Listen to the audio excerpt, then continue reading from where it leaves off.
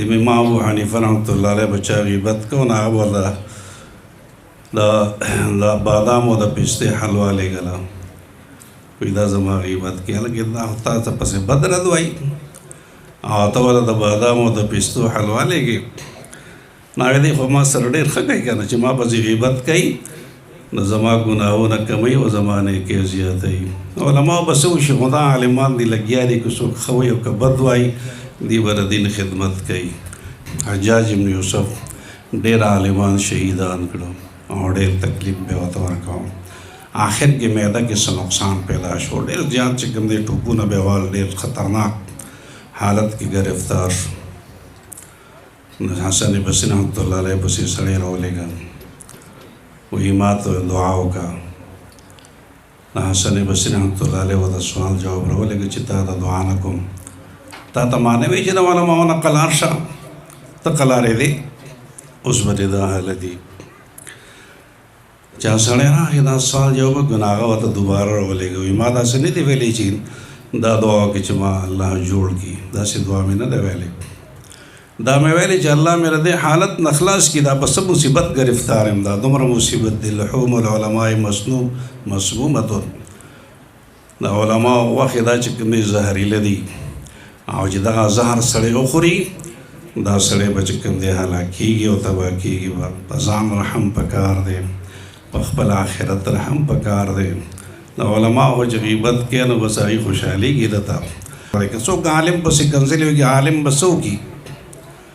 د عالم خو به ګناه کمه شي هغه به ډېر خوشحال ما بس څوک څه وایي زه خوشحاله شم بیا زه زما ګناه پې بار کېږي او د هغه چې کوم دی نیکۍ به ما ته رارسي داسې ده که نه ده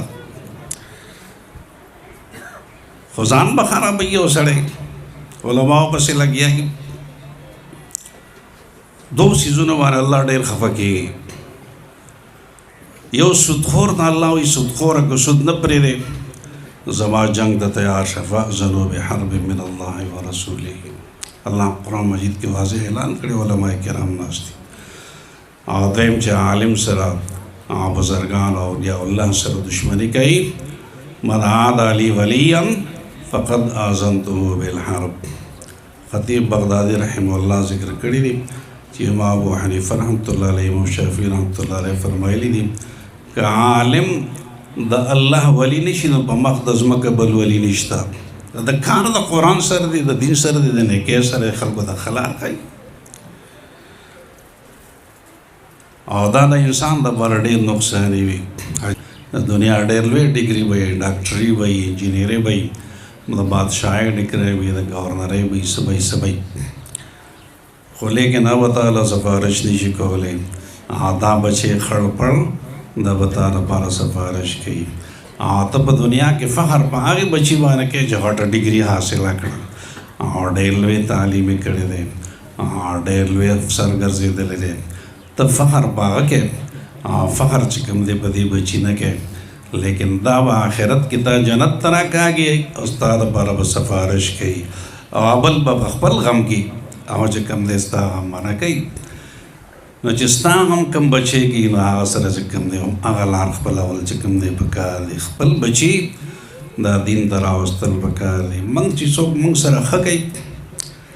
او دا دنیا او د آخرت فایده یې نو موږ ورته کنځلې کوو عالمان دا خلک چې کوم دی راکاږي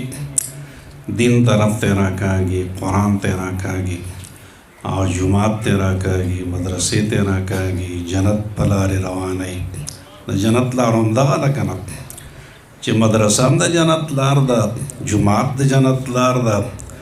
دارنګې خپل بچی علم ته کېنول دا د جنت لار ده قرآن د جنت لار ده عبادات د جنت لارې دي نیکۍ کول د جنت لارې دي موږ په هغې لار باندې نه ځو او د جنت نه علاوه نورې لارې موږ باندې روان سودونه موږ کوو غیبتونه موږ کوو چغلۍ موږ کوو دروغ موږ وایو حرامونه موږ کوو عالمانو پسې کنځلې موږ کوو پروپیګنډې موږ کوو دغه موږ کوو دا خو د جنت لاره نه ده یو بزرګ یو کس نه تپوس کوي چېرته روانې وي زه خو کعبې مبارک ته روان یم نو هغې ته رسم نه رسي به کعبه عربي کې راه کې تو مې روي به ترکستان است ته چې بری کوم لار روان دا او ترکستان ته تللی دا خو کامې مبارک ته نه راتلی نو موږ جنت ته تلل غواړو لیکن لار مو بدله کړې ده په بل طرف چې کوم دی روان یو ځو موږ وایي پېښور ته ځو او لار مو د سوات خپله کړي د سوات په لار روان یو پېښور ته به څنګه ورسو د جنت لار همدغه ده د قرآن لاره ده که بله لار چاته معلومې نه ودقوي موږ ته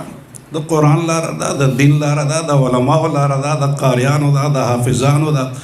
د بزرګانو ده د اولیاء الله ده تبلیغ والا حضراتو ده د علماو لار ده دغه لار ده بله لار خو موږ ته نه ده معلوم که چاته معلوم وي د جنت بله لار موږ ته دې وښایي د جنت په لار نه ځو نور خلکو پسې روان یو منډې تړې وو او وایي موږ به جنت ته رسېږو ډېر چې کوم دی کامیاب به شو دنیا کې به هم کامیاب شو آخرت کې به هم کامیاب شو دا موږ کعبې لارې ته تلل غواړو خو به ترکستان په لار روان یو